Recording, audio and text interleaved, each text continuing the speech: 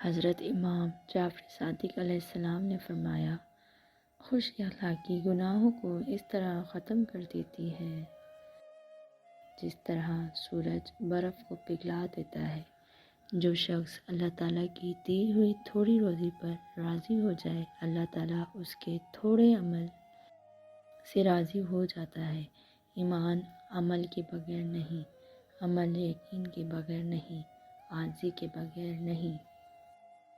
مصیبت میں آرام کی تلاش میں مصیبت کو ترقی دیتی ہے۔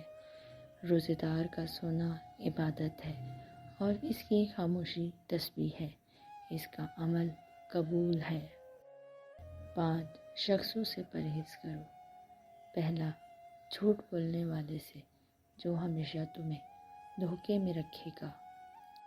دوسرا، احمق سے جو تمہیں بجائے فائدے کے نقصان پہنچائے گا۔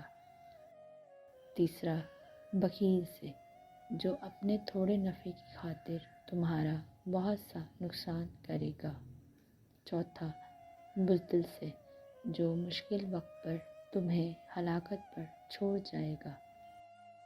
پانچواں، بد عمل سے جو تمہیں ایک نوالے پر بیچ ڈالے گا اور اس سے کمتر کی طرح رکھے گا۔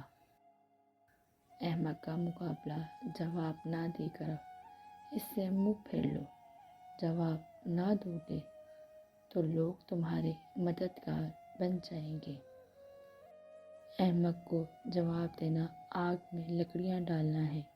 غیبت کرنے والا اگر توبہ کر لے تو جنت میں داخل ہونے والا آخری شخص ہوگا،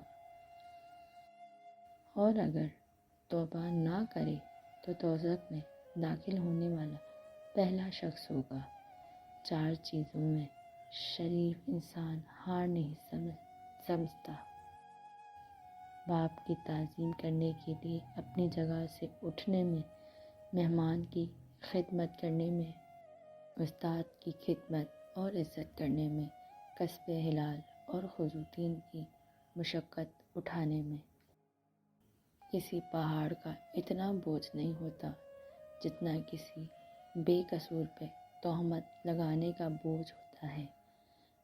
ادب بہترین کمالات اور سخاوت بہترین عبادت ہے۔